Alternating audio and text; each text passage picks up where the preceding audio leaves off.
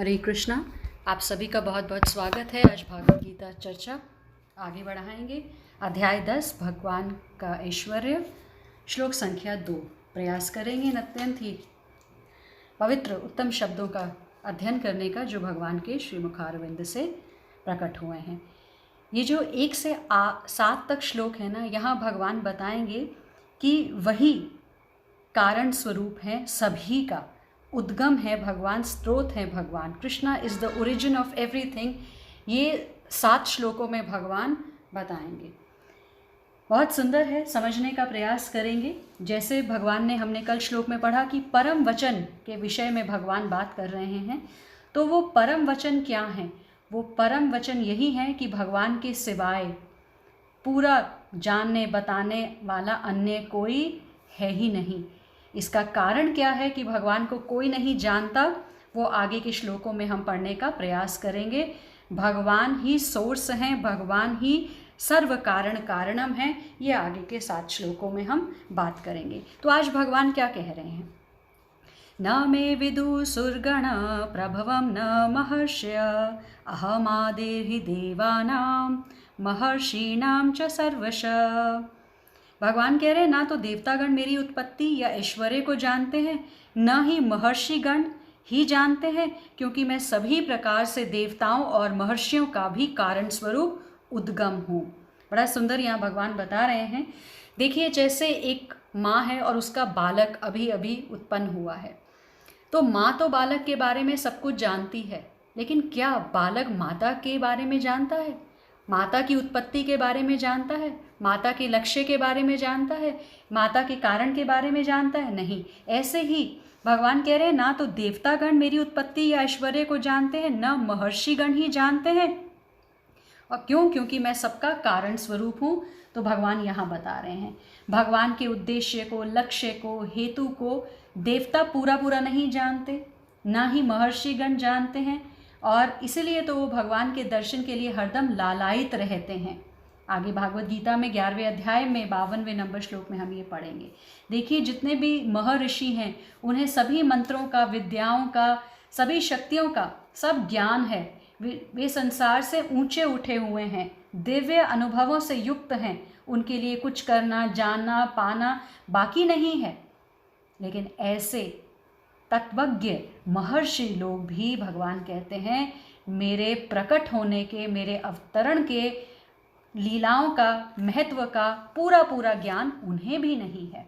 तो कहने का मतलब है कि जो देवता है ना, उनका पद बहुत ऊंचा है, और जो महर्षि हैं ज्ञान की दृष्टि से वो बहुत ऊंचे हैं। लेकिन इन दोनों को ही भगवान कह रहे हैं मेरे प्रकट होने का कारण कुछ नहीं पता। तो भगवान के बारे में अगर हमें जानना है तो फिर कैसे जानेंगे? तो भगवान बता रहे हैं कुछ बुद्धि, शक्ति, सामर्थ्य, पद, प्रभाव, यह सब उन्होंने मेरे से ही प्राप्त किया है। देवताओं और महर्षियों के पास जो कुछ भी है मेरे से ही प्राप्त है।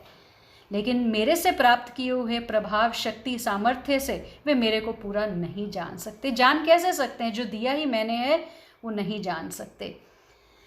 तो ये बड़ा यहाँ पर भगवान बता रहे हैं कि देवता और महर्षि मेरे आदि अंत वर्तमान को नहीं माप सकते, मेरे अवतरण लेने के कारणों को नहीं जान सकते, क्योंकि भगवान तो इन सब के प्रकट होने से पहले से हैं।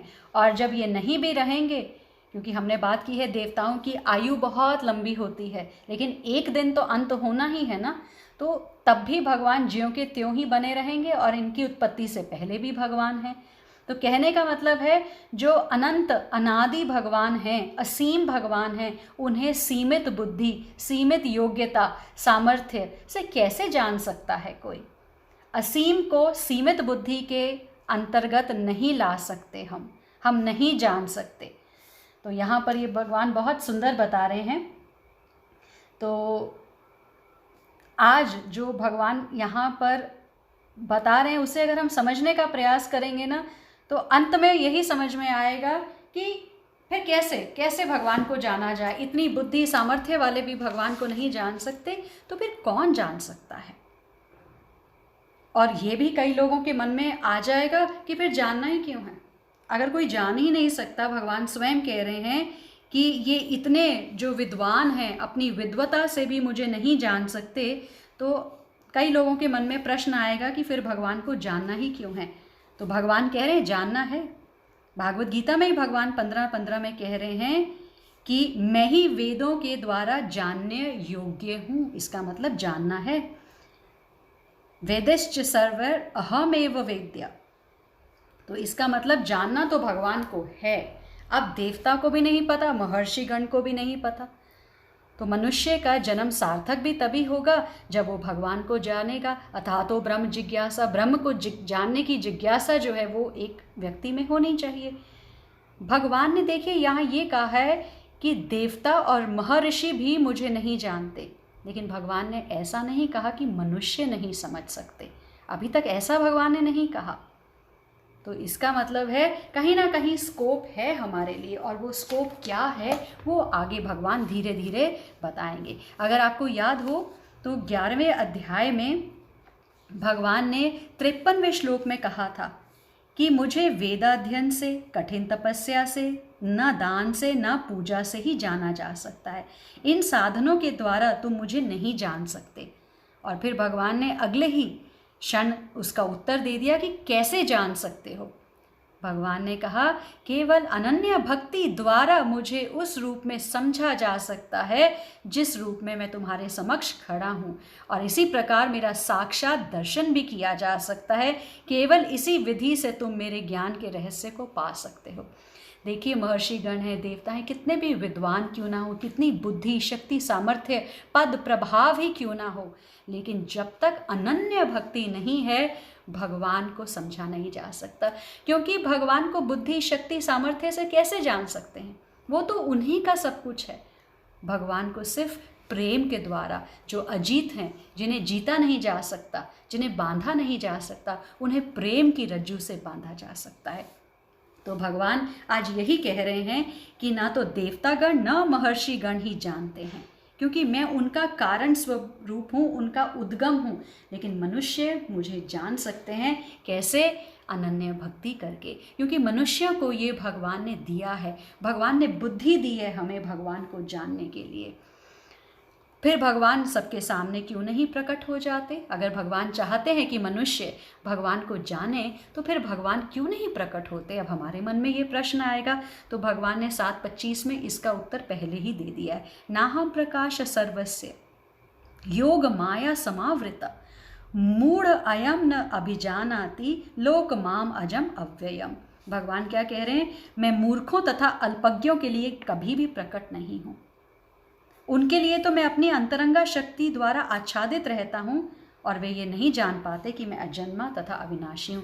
इसका मतलब मनुष्यों के लिए भगवान प्रकट है, लेकिन मूर्खों के लिए नहीं, अभिमानी अहंकारियों के लिए नहीं। तो भगवान अपने ही योग माया से आच्छादित हैं। इसको हम ऐसे समझेंगे जैसे सूर्य निकला है लेकिन बादलों के पीछे छुपा हुआ है, और मेरे जैसे मूर्ख ने चश्मा भी लगा रखा है, गॉगल्स, ग्लेयर्स लगा रखे हैं। तो आप बताइए कि मुझे क्या नज़र आएगा?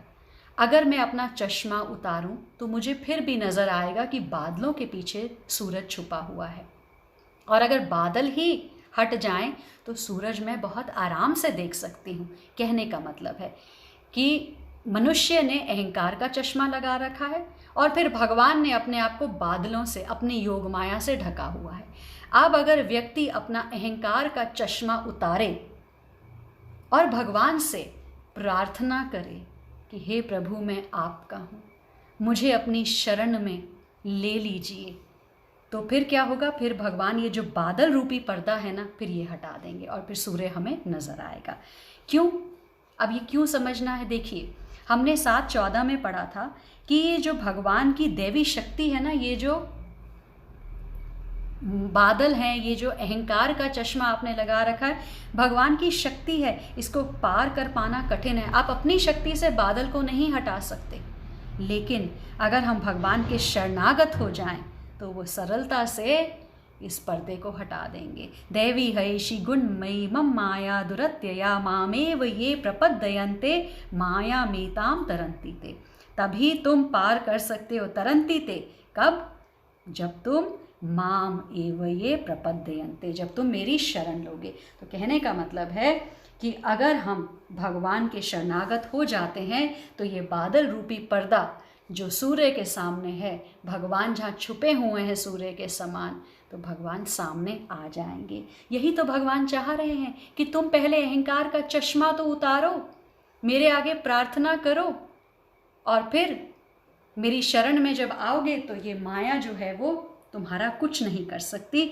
मेरी माया है और इस मेरे ही आदेश से इसे मैं तुम्हें सरलता से पार करवा दूंगा। तो यहाँ ये समझाने का प्रयास है। देखिए, अभी हमने बात करी कि फिर क्यों नहीं सभी मनुष्य आकर्षित हो जाते भगवान श्री कृष्ण से। अगर देखा जाए तो सभी भगवान से ही आकर्षित हैं, लेकिन जो मूढ़ है ना वो डायरेक्टली आकर्षित नहीं है। जैसे हमने पहले भी बात करी है कि जो मूढ़ होते हैं वो किससे आकर्षित होते हैं, वो आकर्षित तो भगवान से ही, लेकिन इनडायरेक्टली भगवान के ही किसी ऐश्वर्य से। जैसे किसी को सुंदरता से प्रभावित हो जाता है, वो कोई ज्ञान से प्रभावित हो जाता है, कोई यश से प्रभावित हो जाता है, कोई बल से प्रभावित हो जाता है, कोई बहुत ही त्यागी बन जाता है। भगवान की शरण नहीं ली, लेकिन हमने त्याग को अपना रखा है। भगवान की शरण ना लेकर हम ज्ञान मार्ग की तरफ चले हुए हैं। अगर आपको याद होगा तो कल की हमने चर्चा में बात करी थी कि भगवान षड ऐश्वर्य पूर्ण है। तो ये ज्ञान हो, ये यश हो, ये खूबसूरती हो, ये ज्ञान हो, ये पैसा धन ऐश्वर्य हो, या वो त्याग ही क्यों ना हो, बल ही क्यों ना हो, आप जिस तरफ भी आकर्षित होंगे ना, ये भगवान के ही ऐश्वर्य हैं। भगवान को षड ऐश्वर्य पूर्ण कहा गया है। तो कहने का मतलब है इनडायरेक्टली हम भगवान के ही से ही आकर्षित हो रहे हैं, तो क्यों ना डायरेक्टली भगवान से ही श्री कृष्ण के रूप में हम अपना ये जो आकर्षण है, ये जो प्रेम है, ये जो संबंध है, इसका निर्माण करें। अब वो कैसे होगा, वो यहाँ पर भगवान अब खुलासा करेंगे। तो ये हमें यहाँ से समझना है। आगे भगवान यहाँ कह रहे हैं, देखिए ब्रह्म संहिता में भी कहा गया है, ईश्वर परम कृष्ण सच्चिदानंद, ना हमने पढ़ा है, भगवान कृष्ण ही सर्व कारण कारणम है, भगवान कृष्ण ही परमेश्वर हैं, उनसे बढ़कर कोई नहीं है। तो यहाँ भगवान स्वयं कह रहे हैं कि वे समस्त देवताओं तथा ऋषियों के कारण है। देवता तथा महर्षि तक कृष्ण को नहीं समझ सकते। जब वे उनके नाम या उनके व्यक्तित्व को नहीं समझ पाते, तो आप बताइए शूद्र लोग के तथा कथित विद्वानों के विषय में क्या कहा जा सकता है, नहीं समझ सकते। तो यही आज भगवान बता रहे हैं कि समझना बहुत सरल है, लेकिन सस्ता नहीं है। हम लोग माया द्वारा प्रभावित हैं, हम तटस्थ शक्ति हैं, जो जीव आत्मा है वो तटस्थ शक्ति है। या तो वो भगवान की माया से आकर्षित होकर माया में ही उलझ जाते हैं, बहिरंगा शक्ति में, या फिर अंतरंगा शक्ति में भगवान की तरफ, भगवान की भक्ति में लग सकते हैं। तो चॉइस हमारी है, हमें भगवान की शरण में जाना है।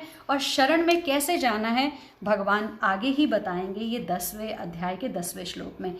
क्या करना है, तेषाम सतत युक्ता नाम, प्रेम पूर्वक मेरी सेवा में निरंतर लगे रहोगे तो भगवान क्या करेंगे, भगवान ज्ञान प्रदान करेंगे, जिसके द्वारा हम भगवान तक जा सकते हैं। ददामी बुद्धि योगम तम ये मापयन्ति ते। तो भगवान बता रहे हैं कि मेरी शरण में आने से, मेरा गुणगान करने से, लेकिन कैसा गुणगान करना है, सतत युक्ता नाम, सदैव लीन रहने वाला, भजताम भक्ति करने वाला।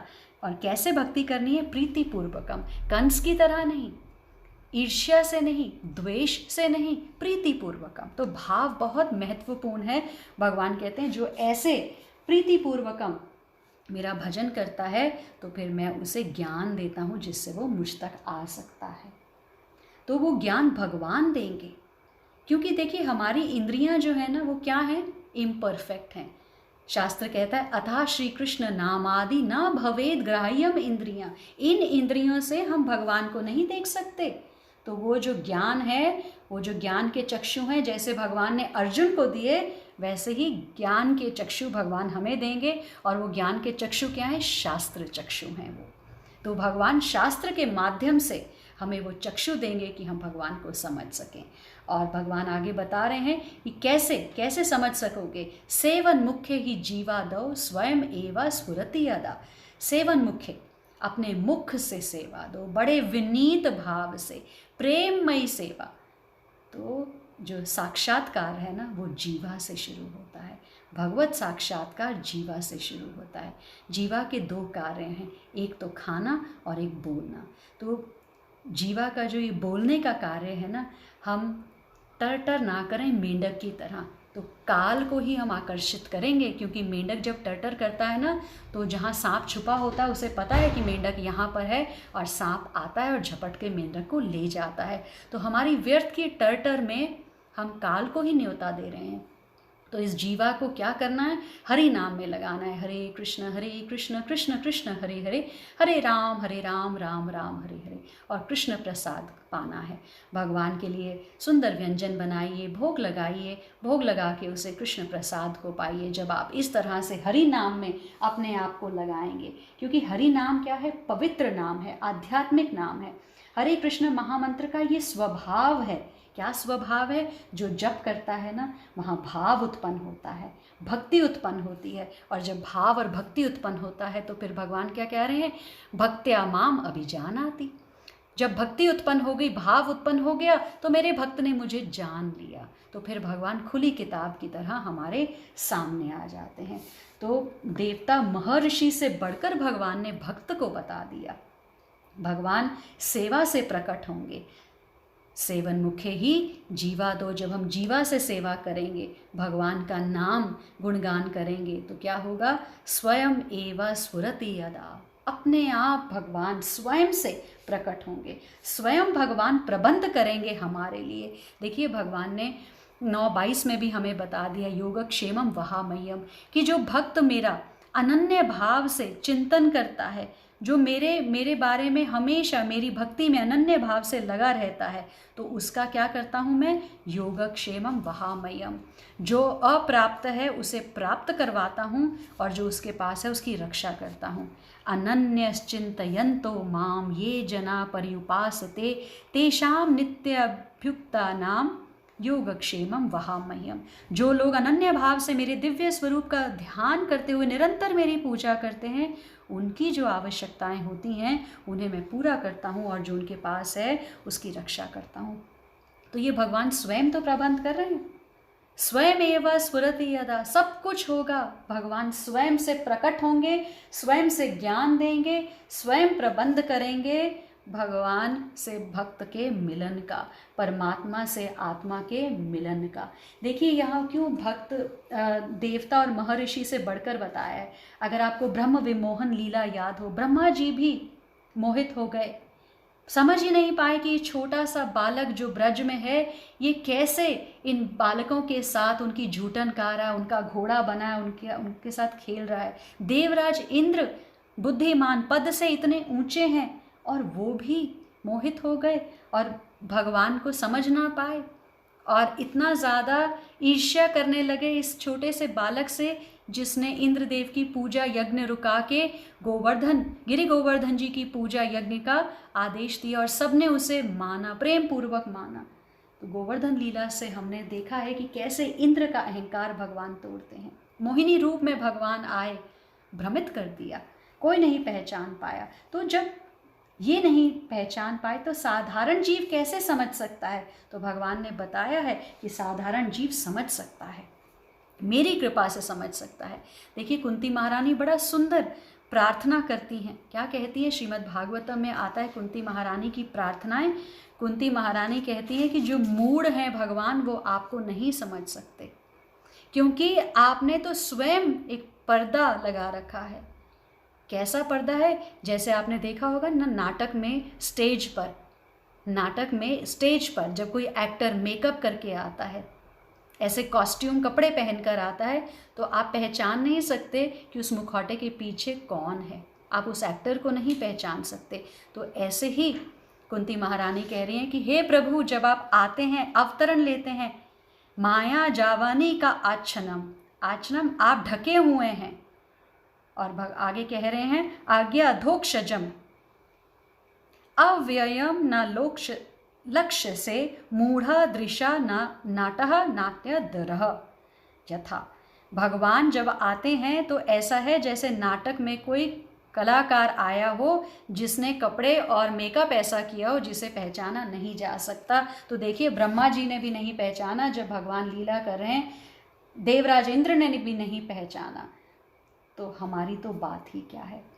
वामन देव के रूप में आए, 2 पग जमीन में, 3 लोग 14 भुवन नाप लिए, तीसरा पग बलि को कह रहे हैं कहाँ रखूं। और वही बाल कृष्ण जब आ रहे हैं तो नंद बाबा के आंगन की द्योड़ी भी नहीं पार कर पा रहे हैं, उनसे वो द्योड़ी से भी कदम रख रहे हैं तो डर रहे हैं। कैसे एक छोटा बालक होता है जो क्रॉल करता है और कितना कठिन लगता है उसको वो द्योड़ी भी पार करना।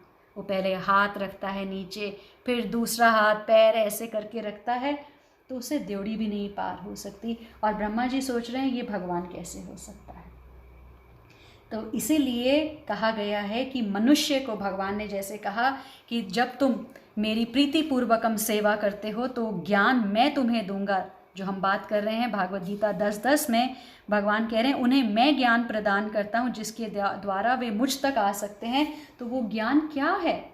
वो ज्ञान है शास्त्र प्रमाण, वो ज्ञान है शब्द प्रमाण, उससे भगवान हमें समझ में आ सकते हैं। तो यहाँ श्रील प्रभुपाद भी बड़ा सुंदर कह रहे हैं कि जब भागवत गीता और श्रीमद् भागवतम में उनके वचनों को पढ़ा जाएगा तब वास्तव में हम सच्चिदानंद रूप कृष्ण को समझ सकते हैं। तो जब तक हम शास्त्रों का अध्ययन नहीं करेंगे, शब्द प्रमाण है, शास्त्र प्रमाण है, तब हम अपने अनुमान से समझ नहीं सकते। आप कहेंगे जी मैं प्रत्यक्ष देखकर समझूंगा, तो प्रत्यक्ष जब दुर्योधन ने भी देखा, शिशुपाल के सामने प्रत्यक्ष भगवान खड़े हैं, कंस के सामने, रावण के सामने, नहीं भगवान को नहीं पहचान पाए। तो प्रत्यक्ष प्रमाण से भी नहीं समझ सकता जीव। कंस, रावण, हिरण्यकशिपु नहीं समझ पाए भगवान को। तो इसलिए भागवत गीता और श्रीमद् भागवतम में भगवान के वचन पढ़ेंगे। क्या है ये श्रीमद् भागवत गीता? तो भगवान के ही तो हम वचन पढ़ रहे हैं। तो ना भावेद ग्राह्यम इंद्रियां, आप अपनी इंद्रियों से प्रयास मत कीजिए भगवान को समझने का, प्रामाणिक आचार्य से श्रवण कर हम समझ सकते हैं। हमारा सौभाग्य है हम श्रीला प्रभुपाद से श्रवण कर रहे हैं। तो जो भगवान की अपरा शक्ति में हैं उन्हें ईश्वर की अनुभूति किसी शासन करने वाली शक्ति या निर्विशेष ब्रह्म रूप में होती है, किंतु भगवान को जानने के लिए दिव्य स्थिति में होना आवश्यक है। तो भगवान ही वो स्थिति में लेकर जाएंगे। स्वयं एवं स्फुरति यदा, आप बस सेवा करते रहिए।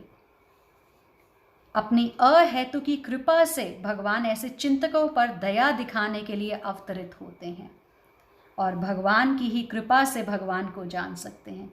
तो अपनी श्रद्धा तथा भक्ति के कारण परमेश्वर की शरण ग्रहण कीजिए और कृष्ण की अहेतु की कृपा से ही कृष्ण को समझा जा सकता है, अन्य उन्हें कोई नहीं समझ पाता। बड़े से बड़े ऋषि भी स्वीकार करते हैं कि हम जिसकी पूजा करते हैं उनको भी क्लियरली अगर आप पूछेंगे तो भगवान स्वयं बता रहे हैं कि उन्हें नहीं पता। तो श्रवण के प्रति भाव रखिए और प्रामाणिक आचार्य से श्रवण कीजिए। कर्णों से सुनकर भगवान को समझा जा सकता है, ऐसे भगवान को अपनी सामर्थ्य से समझा नहीं जा सकता। भागवत गीता में 4:34 में हमने पहले पढ़ा है, तद विधि प्रणिपातेन परिप्रश्नेन सेवया।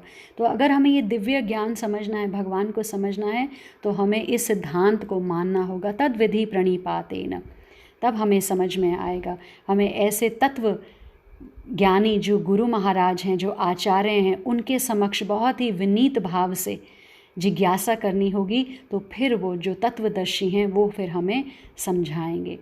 तो हमें बहुत विनीत भाव से गुरु के समक्ष श्रवण का भाव रखते हुए इस ज्ञान को समझने का प्रयास करना है। और भगवान कह रहे हैं कि मैं खुली किताब के समान तुम्हारे सामने हूँ, लेकिन हमने जो अहंकार का चश्मा लगा रखा है ना, उस वजह से हमें भगवान बहुत दूर लगते हैं। आज के लिए इतना ही। हरे कृष्णा।